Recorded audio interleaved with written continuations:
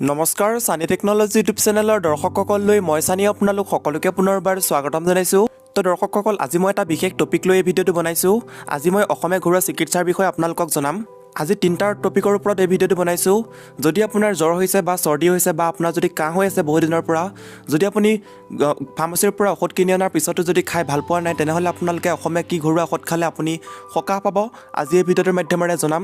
খুব বেছি তিনিটা টপিকৰ ওপৰত আজি এই ভিডিঅ'টো লৈ আহিছোঁ। আপোনালোকে আমাৰ সানি টেকনলজি চেনেলত সদায় পাব, এটা সন্ধিয়া সময়ত পাব এনেকুৱা অসমীয়া ঘৰুৱা চিকিৎসাৰ বিষয়ে। তো যদি আপোনালোকে মোক অলপ ছাপোৰ্ট কৰে, যদি এনেকুৱা ধৰণৰ ভিডিঅ'সমূহ আপোনালোকক লাগে, তেনেহ'লে তলৰ কমেণ্ট বক্সত কমেণ্ট কৰি জনাব আৰু এটা ভিডিঅ'টো লাইক কৰিব, ভিডিঅ'টো শ্বেয়াৰ কৰিব, লগতে চেনেলটো ছাবস্ক্ৰাইব কৰিব এনেকুৱা ধৰণৰ ভিডিঅ'সমূহ পাই থাকিবলৈ।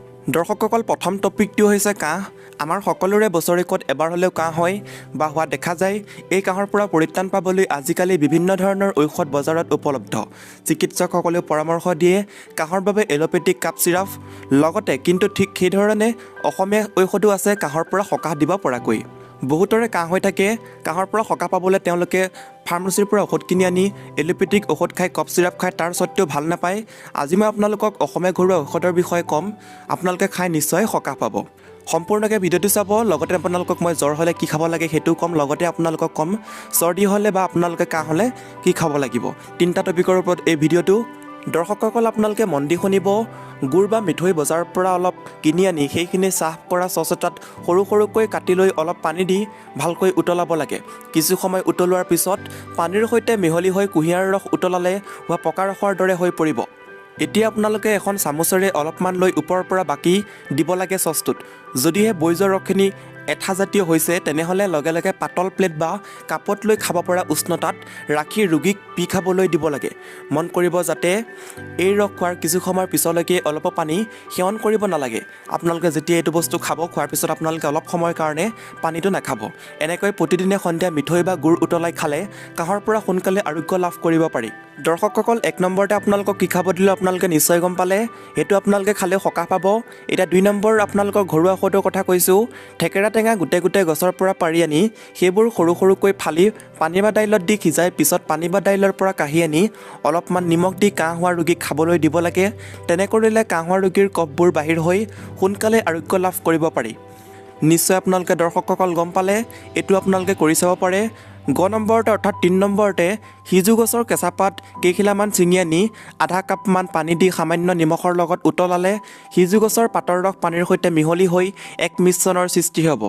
সেই মিশ্ৰণ কাহ হোৱা ৰোগীক নিতৌ 2-3 বাৰমান খোৱালে কাহৰ পৰা সোনকালে আৰোগ্য পাব পাৰি। কেতিয়াবা কিছুমান ল'ৰা ছোৱালীৰ দিনৰ ভাগত টোপনি গ'লে নাকৰ পৰা অকস্মাত তেজ নিৰ্গত হৈ আহে। ইয়াক অসমীয়া মানুহে এয়া ভঙা বুলি কয়, অৰ্থাৎ চাইনিজ বুলি কয় ইংলিছত, চাইনিজ প্ৰব্লেম। এনে ৰোগৰ এলোপেথিক চিকিৎসা কেনেধৰণৰ হয় সেয়া আমাৰ জ্ঞাত নহয়, কিন্তু এটি উৎকৃষ্ট দৰৱৰ সৈতে সততে য'তে ত'তে দেখা পোৱা আকন গছৰ কল এটি ছিঙি আনি তাৰ মাজ অংশ ফালি ভিতৰৰ পৰা কপাহজাতীয় আহবোৰ উতলাই শলিতাৰ দৰে পকাই লৈ জুইত জ্বলাই তাৰ ধোঁৱাখিনি দিনে এবাৰকৈ ৰোগীক শুঙিবলৈ দিব লাগে। এনেকৈ কেইবাদিনো কৰিলে এয়া ভঙা ৰোগ নিৰাময় হয়। নিশ্চয় আপোনালোকে গম পালে। যদি আপোনালোকৰ ইংলিছত কয় চাইনিজ আৰু অসমীয়াত কয় এয়া ভঙা বুলি কয়। যদি আপোনালোকৰ এনেকুৱা প্ৰব্লেম হৈ আছে, নাকৰ ভিতৰত হয়, উশাহ লোৱাবলৈ বহুত প্ৰব্লেম হয়, এনেকুৱা ধৰণৰ যদি আপোনালোকৰ বেমাৰ হৈছে, তেনেহ'লে আপোনালোকে এইটো ঘৰুৱা ঔষধ নিশ্চয় আপোনালোকে কৰি চাব পাৰে। নিশ্চয় আপোনালোকে সকাহ পাব বুলি মই ভাবোঁ। লগতে কেতিয়াবা কিছুমান মানুহৰ ঘৰত গা ধুওঁতে বা নদী পুখুৰীত ডুব মাৰি গা ধুওঁতে কাণত পানী সোমায় আৰু পিছলৈ সেই পানী সোমাই কাণৰ ভিতৰত ঘাঁৰ সৃষ্টি কৰে। এই ঘাঁটোক কাণগেলা ঘাঁ বুলি কোৱা হয়। এনেধৰণৰ ৰোগৰ বাবে অসমীয়া দৰৱ হৈছে কপাহ গছৰ কলবোৰ ফাটি কপাহ বাহিৰ হোৱাৰ আগৰ অৱস্থাতেই কল এটি ছিঙি আনি তাক ভালকৈ পৰিষ্কাৰ কৰি জুইত কিছু সময় লেৰেলি যোৱাকৈ সেকিব লাগে। কিছু সময় সেইদৰে সেকাৰ অন্তত কলটো লেটুসেটু হৈ পৰিব আৰু তেতিয়াই কাণগেলা ৰোগীৰ কাণৰ ফুটাৰে লেৰেলা কলটো চেপি দি তাৰ ৰস কেইটোপালমান দিব লাগে। এনেকৈ 2 দিনমান কৰিলেই এই কাণগেলা ৰোগৰ উপশম হয়। এতিয়া শেহতীয়া ঔষধটো হৈছে আপোনালোকক শেহতীয়া ঔষধটোৰ বিষয়ে কৈছোঁ। পানী লগা গল সুৰসুৰাই থকা, অৰ্থাৎ ডিঙিটো সুৰসুৰাই থকা, বুকুত কফ জমা হোৱা, লগতে শুকান কাহ, টিবি হোৱাৰ পাছত বুকুত কফ জমা হোৱা আৰু অলপ ওলাই থকা আদিৰ ঘৰুৱা বিধান। যদি আপোনালোকৰ এনেকুৱা ধৰণৰ প্ৰব্লেম হৈ আছে, তেনেহ'লে আপুনি পানী লগা গল সুৰসুৰাই থকা, বুকুত কফ জমা হোৱা, শুকান কাহ, টিবি হোৱাৰ পাছত বুকুত কফ জমা হোৱা আৰু অলপ ওলাই থকা আদিৰ ঘৰুৱা ঔষধ আপোনালোকক জনাইছোঁ। ৰাতিপুৱা আধা লিটাৰ পানী গৰম কৰি তাত 4-10টামান 10টা ক'লা তুলসীৰ পাত আৰু আধা চামুচ ক'লা নিমখ মিহলি কৰি লৈ গৰমে গৰমে খাব। চাহৰ নিচিনাকৈ খাব। 15 দিন খালে 10 বছৰ পুৰণা কাহ পৰ্যন্ত ঠিক হৈ যায়। দৰ্শকসকল, যদি আপোনালোকৰ 10 বছৰৰ কাহ আপোনালোকৰ যদি হৈ আছে, তেনেহ'লে আপোনালোকে এইটো কাম কৰিব। যদি নিশ্চয় আপোনালোকে সকাহ পাব। তাৰ বাবে মই আপোনালোকক আকৌ এবাৰ কৈ দিছোঁ, ৰাতিপুৱা আধা লিটাৰ পানী গৰম কৰি তাত 4-10টামান ক'লা তুলসী সকলোৰে ঘৰত থাকে। আপোনালোকে ক'লা তুলসীৰ পাত 4-10 খিলামান আপোনালোকে ছিগি আনিব, 8-10 খিলামান ছিগি আনিব। ছিগি আনি আপোনালোকে আধা চামুচ ক'লা নিমখ মিহলি কৰি গৰমে গৰমে খাব, চাহৰ নিচিনাকৈ খাব।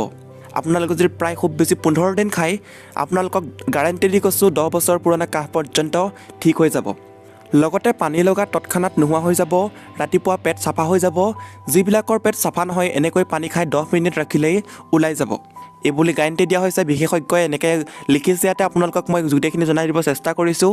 এইটো মই কোৱা কথা নহয়, বিশেষজ্ঞই কোৱা কথা। আপোনালোকক মই জাষ্ট এক্সপ্ল'ৰ কৰি আপোনালোকক কৈ দিছোঁ। আপোনালোকৰ যদি সকাহ হয়, আপোনালোকে যদি সুবিধা হয়, মই তাৰ বাবে আপোনালোকক জনাই দিছোঁ। যদি সদায় এনেকুৱা ধৰণৰ ভিডিঅ'সমূহ লাগে, তেনেহ'লে তলৰ কমেণ্ট বক্সত কমেণ্ট কৰি জনাব। নিশ্চয় মই এটা ভিডিঅ' দিবলৈ ৰেগুলাৰ চেষ্টা কৰিম। দৰ্শকসকল, আজিৰ এই ভিডিঅ'টোৰ মাধ্যমেৰে আপোনালোকক এই 3টা টপিকৰ ওপৰত দিলোঁ। জ্বৰ, চৰ্দি, কাহ, লগতে আপোনালোকৰ চাইনিজ প্ৰব্লেম এটা বেছিকৈ দি দিছোঁ, 4টা প্ৰব্লেম। আৰু নেক্সট আপোনালোকক কি ওপৰত লাগে, কি বেমাৰৰ ওপৰত লাগে মোক কমেণ্ট কৰি জনাব। নিশ্চয় মই এটা ভিডিঅ' বনাই আপোনালোকক এক্সপ্ল'ৰ কৰি দেখাম। দৰ্শকসকল, আজিৰ এই ভিডিঅ'টোৰ মাধ্যমেৰে এইটো ইনফৰ্মেশ্যন আছিলে। যদি ভিডিঅ'টো ভাল লাগিছে, লাইক কৰিব, শ্বেয়াৰ কৰিব, আৰু যোনখিনি কৰিব লাগে আপোনালোকে গম পাইছেই, সকলোখিনি শ্বেয়াৰ কৰি দিব, লগতে ছাবস্ক্ৰাইব কৰিব একেবাৰেই নাপাহৰিব। দৰ্শকসকল, আজিলৈ বাই বাই। আকৌ এটা নেক্সট ভিডিঅ'ত লগ পাম। জয় আই অসম।